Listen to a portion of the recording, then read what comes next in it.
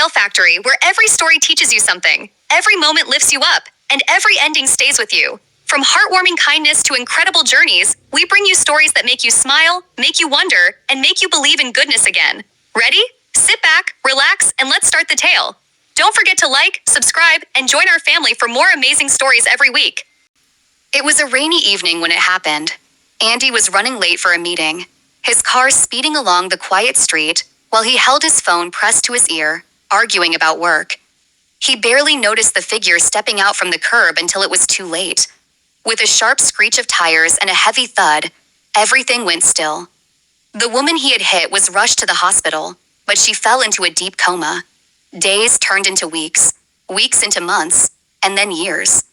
Through the investigation, Andy learned her name was Venice, and that she had no living relatives, no one to visit her, no one to pay her bills or sit by her bedside. The weight of what he had done settled heavy on his heart, turning into a quiet, constant guilt that never left him. He paid all her medical expenses in secret, never daring to reveal himself, and visited the hospital every day just to watch her breathe. After 3 long years, Venice finally woke up, but the accident had damaged her optic nerves beyond repair. She had lost her sight completely. For a while, the world felt dark and hopeless. But Venice refused to surrender. She learned to navigate her small apartment, to cook, to walk the familiar paths. Every morning, she would make her way to the nearby park, sitting on the same wooden bench, listening closely to the sounds around her, the rustle of leaves, the laughter of children, the song of birds. She spoke to everyone she met, her voice always warm and full of hope, even when she could not see. Andy never left her side, though she never knew it. Every week, he would leave fresh groceries by her door, a new radio or audiobook, anything she might need. He watched from a distance, his guilt growing deeper, but also finding himself drawn to her bright spirit. How could someone who had lost so much still smile so freely, still speak so kindly of the world? One day, he found the courage to sit beside her on the bench. Slowly, carefully, they became friends. Andy visited her every day, listening to her stories, bringing her news, and falling more in love with her gentle positivity, even as the secret of what he had done burned in his chest. Then came the news that changed everything.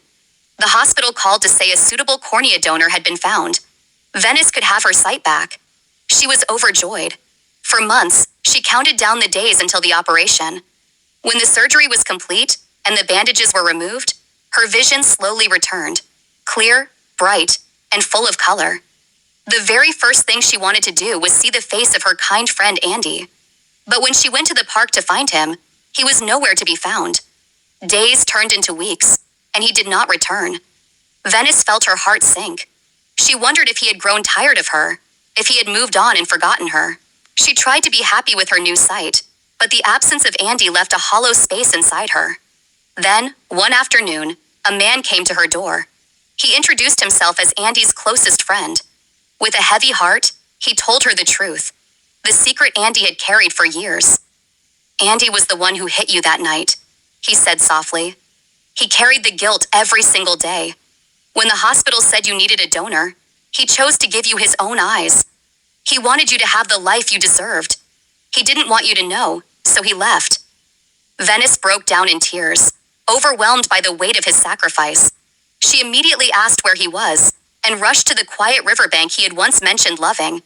There she found him, sitting on a large stone, his face turned toward the gentle sound of the flowing water. She sat down quietly beside him. Andy smiled softly, recognizing her breathing and the scent of her perfume. "It's you," he said gently.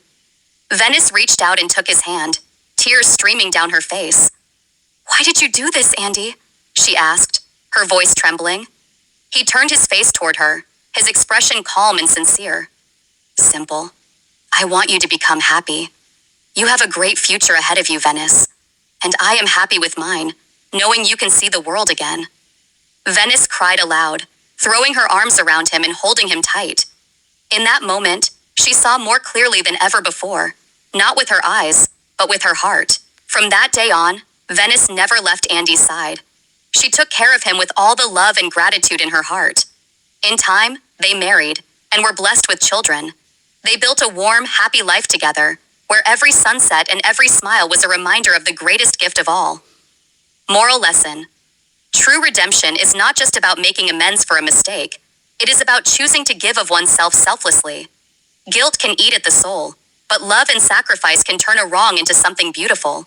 Sometimes, the greatest way to see clearly is to look beyond what the eyes can see, and choose kindness, forgiveness, and love above all else. Did you love today's story? Then don't forget to smash that like button, share this video with all your friends and family, and most of all, subscribe to my channel and hit that notification bell so you never miss an update. I'll be back with more awesome stories tomorrow. Can't wait to see you then.